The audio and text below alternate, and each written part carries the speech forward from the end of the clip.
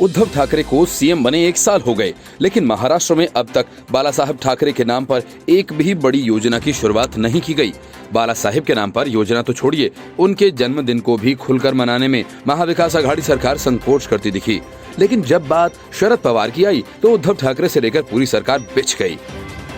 वजह यह है कि आखिर उद्धव बाला साहब ठाकरे की वजह से नहीं, बल्कि शरद पवार की कृपा से सीएम बने बैठे हैं और कांग्रेस किनारे से सत्ता की मलाई चाट रही है। विधानसभा चुनावों में हारने वाली 3 पार्टियों की जुगाड़ वाली सरकार आखिर जैसे तैसे चल ही रही है, तो इसका सारा क्रेडिट शरद पवार को ही जाता है। इसलिए शरद पवार की तरफ से किसी बड़े गिफ्ट की उम्मीद तो कर ही सकते हैं। इसलिए महाविकास आघाड़ी सरकार शरद पवार के जन्मदिन को समारोह पूर्वक मनाने की तैयारी कर रही है।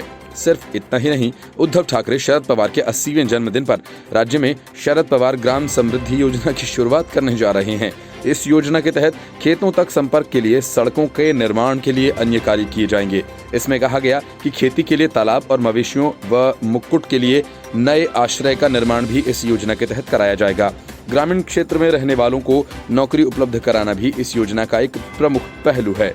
पवार के जन्मदिन को ऐतिहासिक बनाने के लिए एनसीपी ने पूरे राज्य में 400 से 500 वर्चुअल रैलियां करने का प्लान तैयार किया। इसके अलावा उनके जन्मदिन पर रोजगार मेले और रक्तदान शिविर जैसे कई आयोजन किए जाएंगे। एनसीपी के नेता जयंत पाटिल ने कहा कि नेताजी शनिवार को 80 साल के हो रहे हैं और पार्टी ने डिजिटल टेक्नोलॉजी की मदद से ये दिन खास तरीके से मनाने का फैसला किया।